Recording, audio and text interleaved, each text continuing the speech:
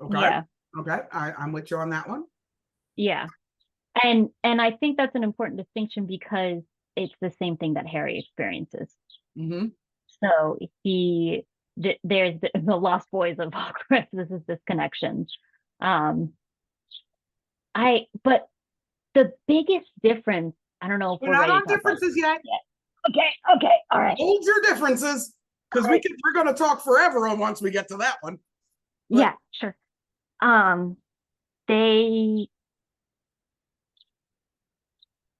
both were not, nope, nope, that's incorrect. they both had dark hair. There we go.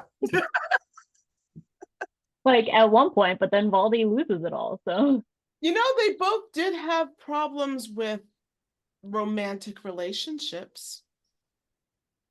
they they did they did Yes. both. Neither one of them was able to actually have one. Oh. But Snape's connection and his love, and we know Voldemort cannot even perceive love.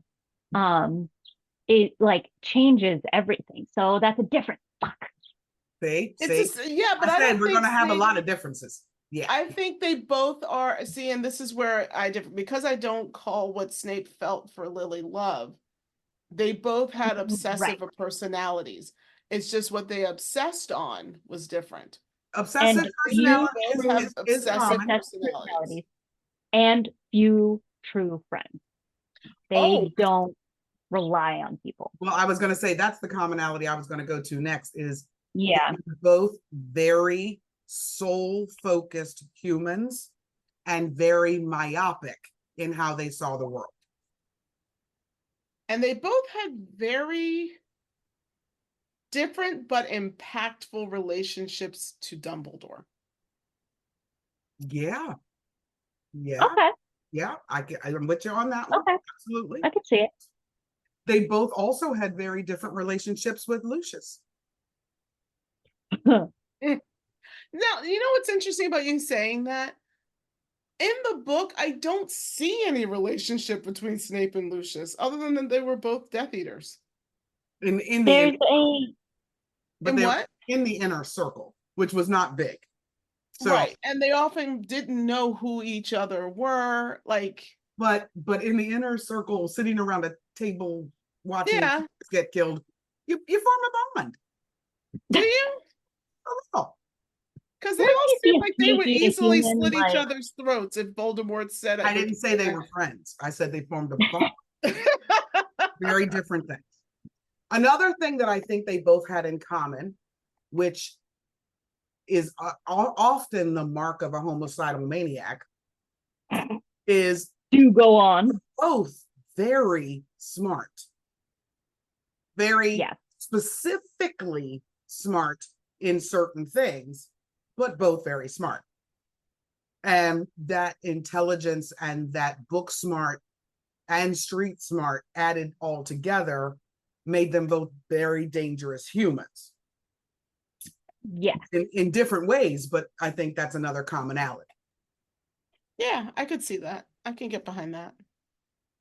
Okay, so You want to jump to differences, don't you? You guys are dying. here's the thing. It's not that I want to jump to differences. I want to I do want to talk to differences, but I don't think it'll take as long as you do.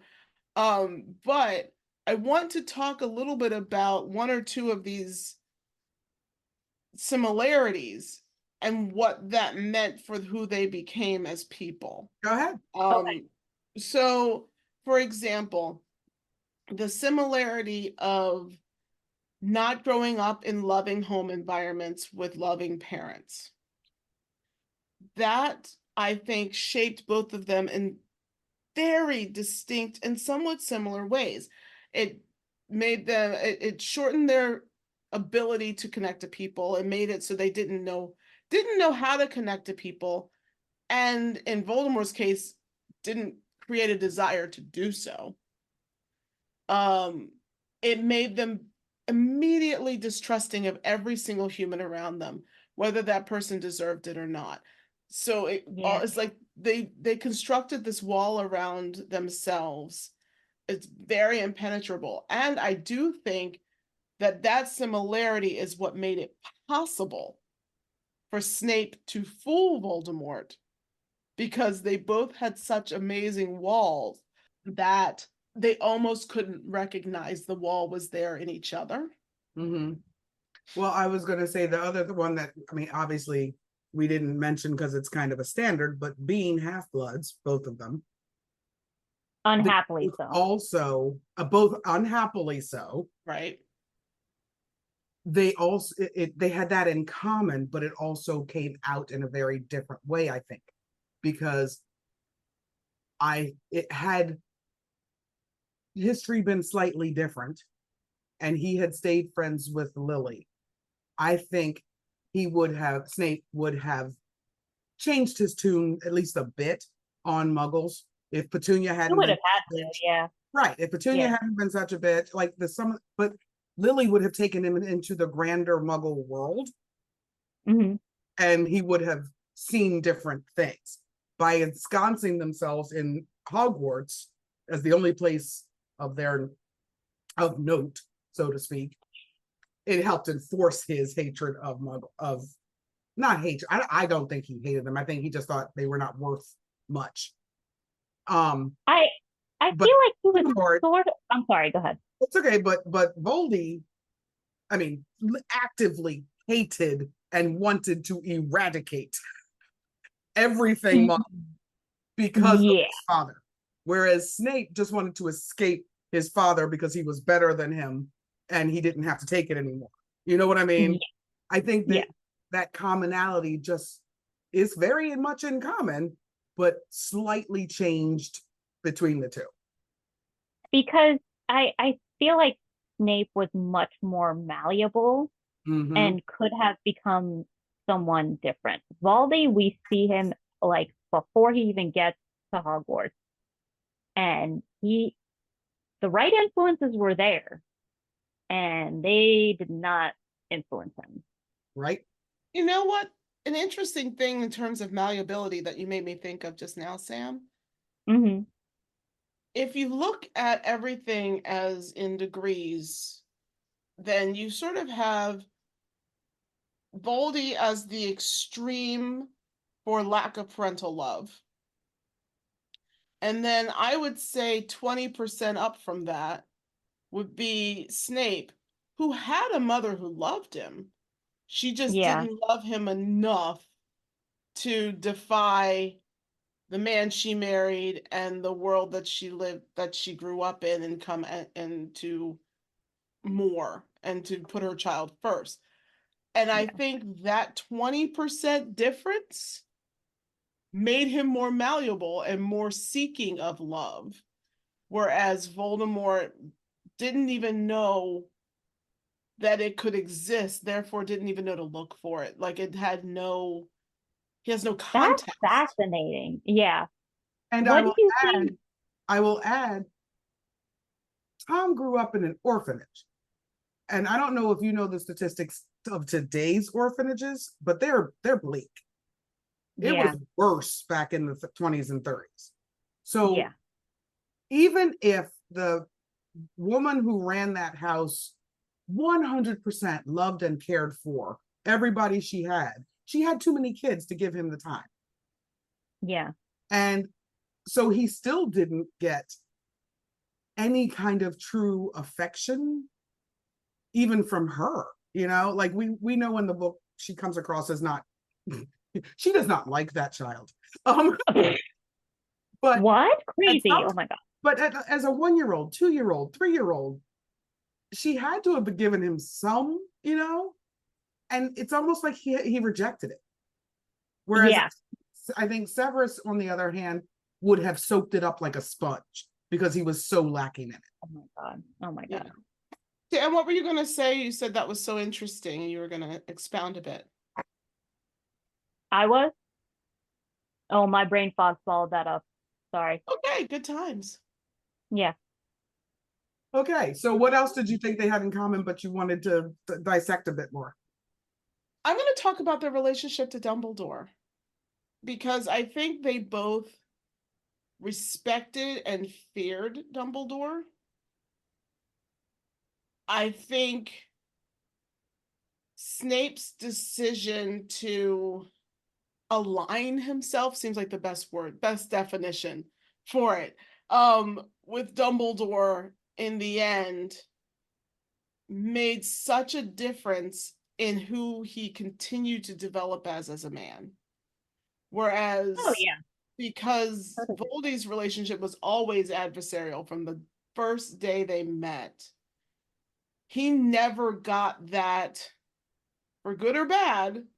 Dumbledore does make you feel special, and he does make you feel heard, and you share some of his light when you are in his presence, some of his Wow. fame, some of his brilliance.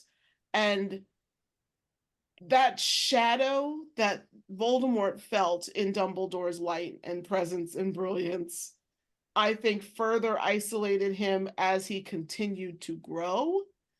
Whereas I think it softened Snape a bit as he continued to grow and mature and focus. Because if you think about it, in 1980, or 81, when he joined the good side, let's say, with Dumbledore, he was 20.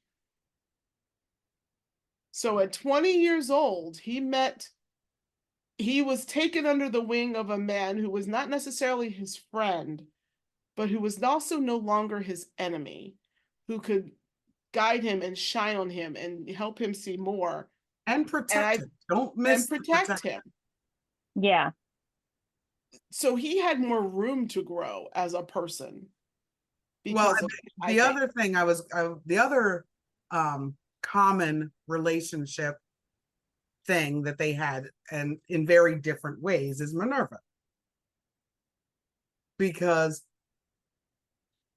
with Voldy, she would have been very new young teacher,